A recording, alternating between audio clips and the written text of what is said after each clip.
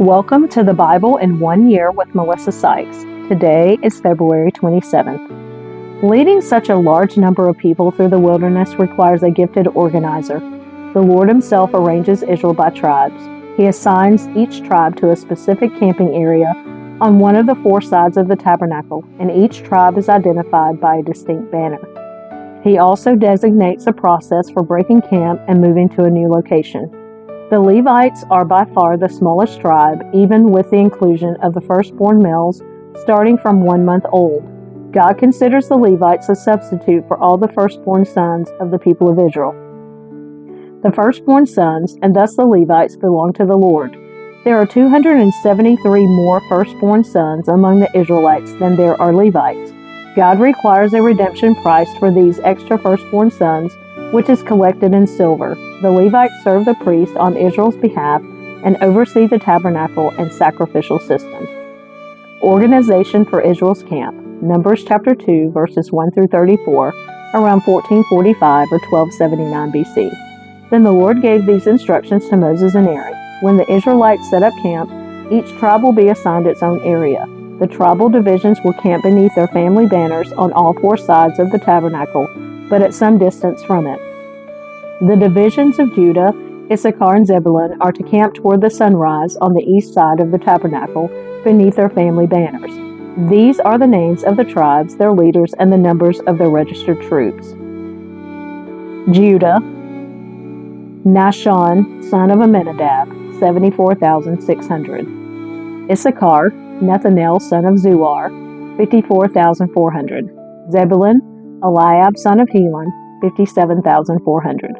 So the total of all the troops on Judah's side of the camp is 186,400. These three tribes are to lead the way whenever the Israelites travel to a new campsite. The divisions of Reuben, Simeon, and Gad are to camp on the south side of the tabernacle, beneath their family banners. These are the names of the tribes, their leaders, and the numbers of their registered troops. Reuben, Elizur, son of Shadur, 46,500. Simeon, Shelumiel, son of Zerujaddai, 59,300. Gad, Eliasaph, son of Duel, 45,650. So the total of all the troops on Reuben's side of the camp is 151,450. These three tribes will be second in line whenever the Israelites travel. Then the tabernacle carried by the Levites will set out from the middle of the camp. All the tribes are to travel in the same order that they camp, each in position under the appropriate family banner.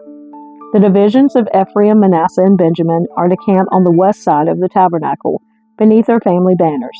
These are the names of the tribes, their leaders, and the numbers of their registered troops.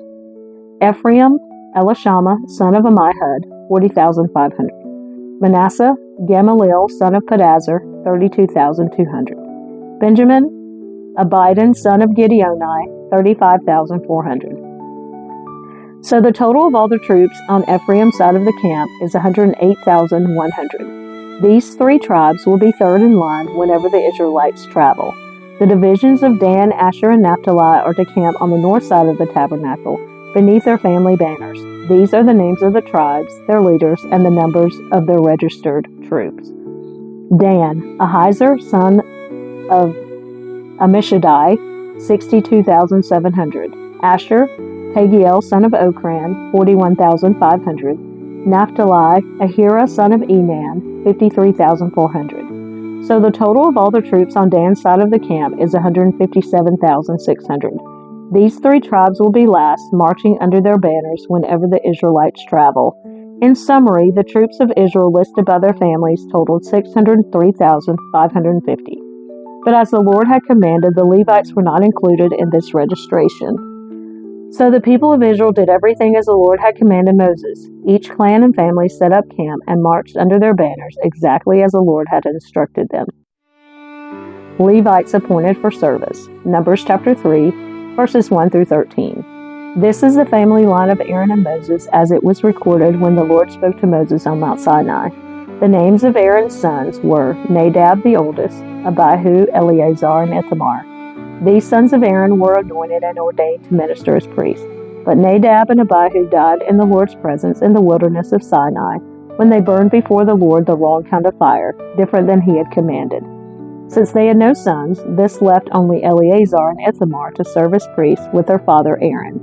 Then the Lord said to Moses, "Call forward the tribe of Levi and present them to Aaron the priest to serve as his assistants.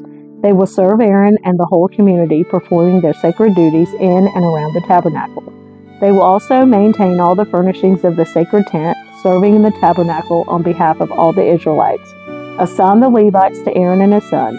They have been given from among all the people of Israel to serve as their assistants. Appoint Aaron and his sons to carry out the duties of the priesthood, but any unauthorized person who goes too near the sanctuary must be put to death."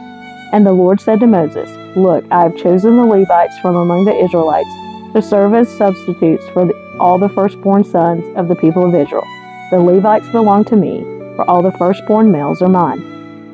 On the day I struck down all the firstborn sons of the Egyptians, I set apart for myself all the firstborn in Israel, both of people and of animals. They are mine. I am the Lord." The census of the Levites. Numbers chapter 3, verses 14 through 39. The Lord spoke again to Moses in the wilderness of Sinai. He said, "Record the names of the members of the tribe of Levi by their families and clans. List every male who is 1 month old or older." So Moses listed them just as the Lord had commanded. Levi had 3 sons whose names were Gershon, Kohath, and Merari. The clans descended from Gershon were named after 2 of his descendants, Libni and Shimei.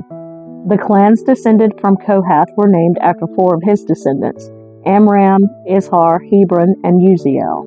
The clans descended from Merari were named after 2 of his descendants, Mali and Mushi. These were the Levite clans listed according to their family groups. The descendants of Gershon were composed of the clans descended from Limni and Shimei. There were 7,500 males 1 month old or older among these Gershonite clans. They were assigned the area to the west of the tabernacle for their camp. The leader of the Gershonite clans was Eliasaph, son of Lael. These 2 clans were responsible to care for the tabernacle, including the sacred tent with its layers of coverings, the curtain at its entrance, the curtains of the courtyard that surrounded the tabernacle and altar, the curtain at the courtyard entrance, the ropes, and all the equipment related to their use.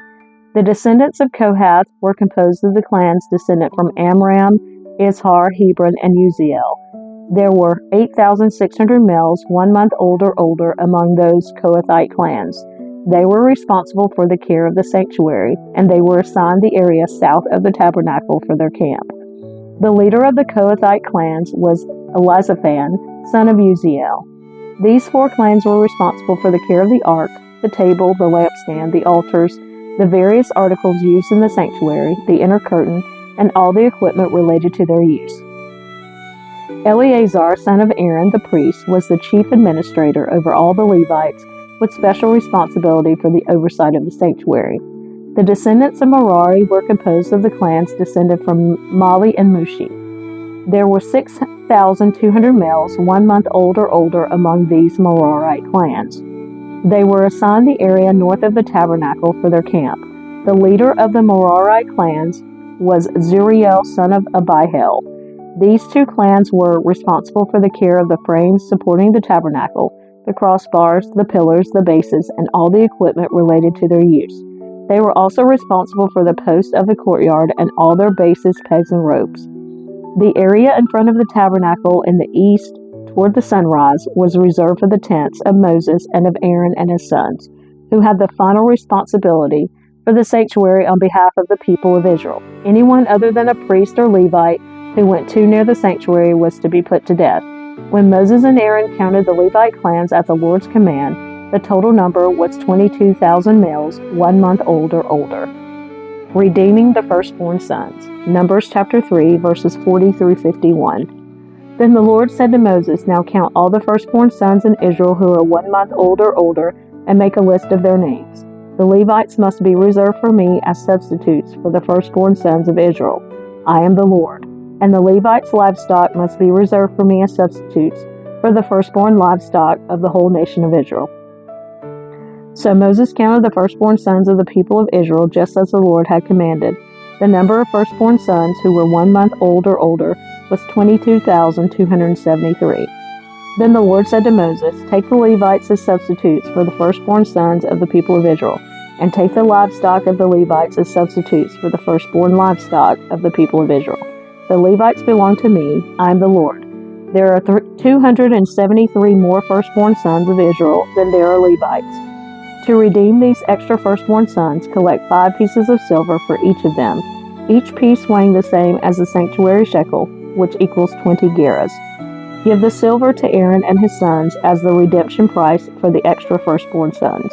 So Moses collected the silver for redeeming the firstborn sons of Israel, who exceeded the number of Levites. He collected 1,365 pieces of silver on behalf of these firstborn sons of Israel, each piece weighing the same as the sanctuary shekel. And Moses gave the silver for the redemption to Aaron and his sons, just as the Lord had commanded.